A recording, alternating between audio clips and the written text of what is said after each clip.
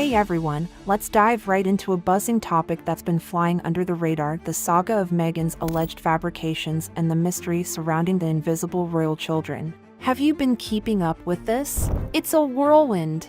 So, remember how during the Jubilee year, there was this article floating around? It claimed that the Queen and then Prince Charles had a meet and greet with Archie, dubbed Archofficial, and Lily, referred to as Invisibet. But, as with many tales spun by Meghan, this one seems to be a figment of imagination. There's a consensus that no one from the royal family has actually met Lilibet. And Archie? That's a question mark too. Picture this: the only photo we've seen of the Queen and Prince Philip with Archie right after his birth screams photoshopped. Then, during the Queen's Jubilee weekend, when Invisibet was supposedly in town, every royal family member was swamped with engagements across the UK. The chance of them attending a so-called birthday party? Slim to none. What's intriguing here is the timing of their visit. They chose the busiest royal weekend in years, knowing well that the royals would be tied up. It seems like a calculated move to keep the truth shrouded in mystery. Amidst all this, the Queen herself had to pull out of some major Jubilee events: the Thanksgiving service, the concert due to health concerns. This saga raises more questions than answers. The royal weekend was the perfect smokescreen for Meghan and Harry, providing them with an opportunity to craft yet another narrative. And as the royal family juggled their packed schedules, the truth about these invisible children remained. Alright, let's jump into something that's been causing quite the stir: the whole drama around Meghan's alleged storytelling and the curious case of the royal children who are more like phantoms. Now, think about this. The Queen, despite being in evident discomfort during the beacon lighting ceremony, supposedly gave up major Jubilee events just to play with a 1-year-old? That's the story going around, but it's hard to buy. No birthday bash, no royal cousins around, just a narrative conveniently cooked up to paint the royals in a not-so-pleasant light. Seems like Meghan had it all planned out, choosing a day when the royals were already swamped. And about the privacy of kids, sure, every parent, including Harry and Meghan, has the right to it. I mean, no one's hounding for pictures of the Clooney twins, right? But what's baffling is these teaser photos from Harry and Meghan: a glimpse of a foot here, the back of a head there. It's like, either show us the kids or don't. Why play these games? The whole thing feels like a tug-of-war for media attention. They seem to crave it, yet the kids they're so proud of are nowhere to be seen. Not in public, not in clear photos. It's a riddle wrapped in a mystery. And let's not forget, there's never a direct claim that those shadowy figures in their photos are actually Archie or Lilibet. It leaves everyone guessing, doesn't it? This craving for press attention, yet keeping their children under wraps, makes you wonder. They're not exactly shy about being in the limelight, but when it comes to showing off their kids, it's a whole different ballgame. It's like they're playing a game with the public, dangling bits and pieces but never the whole picture. And speaking of public appearances, have you noticed how?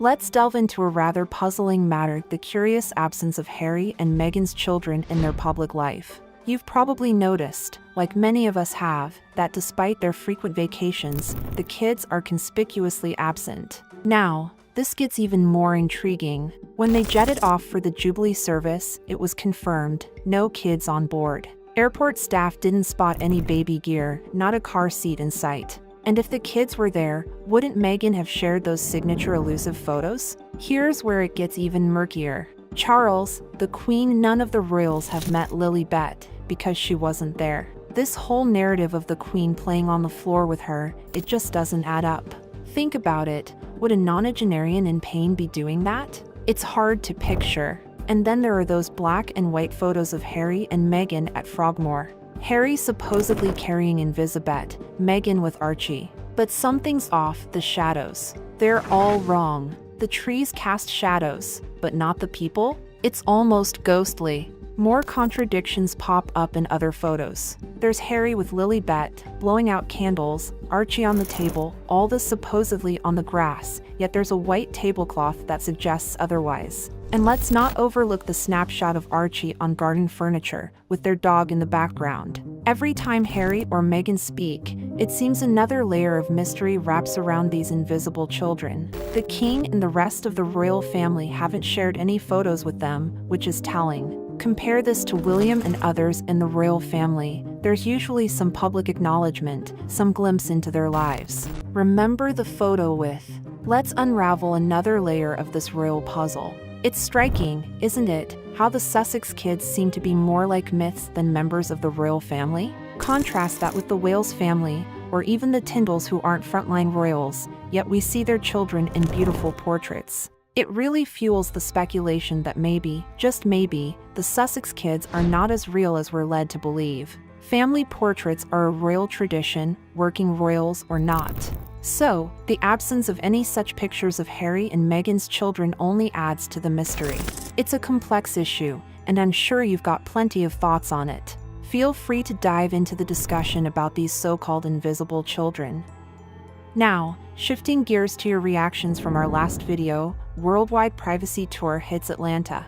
Sussex back on US soil after a romantic getaway. Anna Paula commented, "Nutmeg's self-perception is way off. She thinks she's talented, a great humanitarian, and that her love for Has is invisible to us. She also seems to think we're as clueless as she is." Christine chimed in with a rather sharp take. As she nears 50 in 4 years, panic must be setting in. "I believe Harry has no voice in their dynamic. Meghan controls him through drugs, threats, and whatever she has on him. No pity for me, though. He turned his back on those who loved him and chose this path." Karen had a different angle. Her career isn't the problem. It's how she exploits her charities and royal title, meddles in politics, and demands security, all on the basis of being royal. Why support a monarchy that allows such exploitation? Either they reform, or it's time for Charles to step up. Diving deeper into this royal conundrum, it's clear many are fed up with the ambiguity surrounding the Sussex children. Karen put it bluntly, "Prove those kids are real or stop talking about them." And it seems a lot of you, like Kim and Helen, are on the same page. Beatrice raised an interesting point about Meghan's popularity, or lack thereof, wondering if it can plummet any further. It's a wait-and-see game now. Pamela shared her anticipation for the day Prince William and Princess Catherine ascend to the throne, giving Harry and Meghan the privacy they've long sought. She finds it amusing that Meghan compares herself to Princess Catherine, a comparison many of you find delusional. Sprout's comment was straightforward.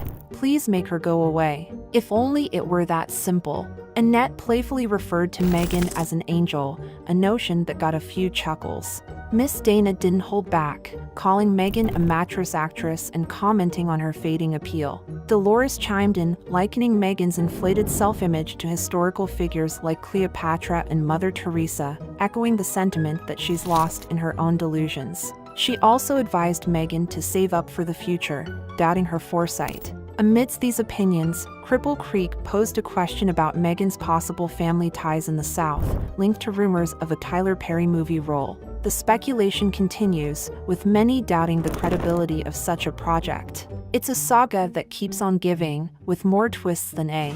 Let's continue our dive into the whirlwind of speculation and opinions surrounding Meghan Markle. The conversation is brimming with sharp observations and theories. Erica tossed in a thought-provoking question: when will Meghan realize her prime is behind her? She noted Meghan's changing appearance, speculating about potential reasons behind her more gaunt look. Then, Teresa weighed in with a blunt prediction about Meghan's ambitions: she will never make it.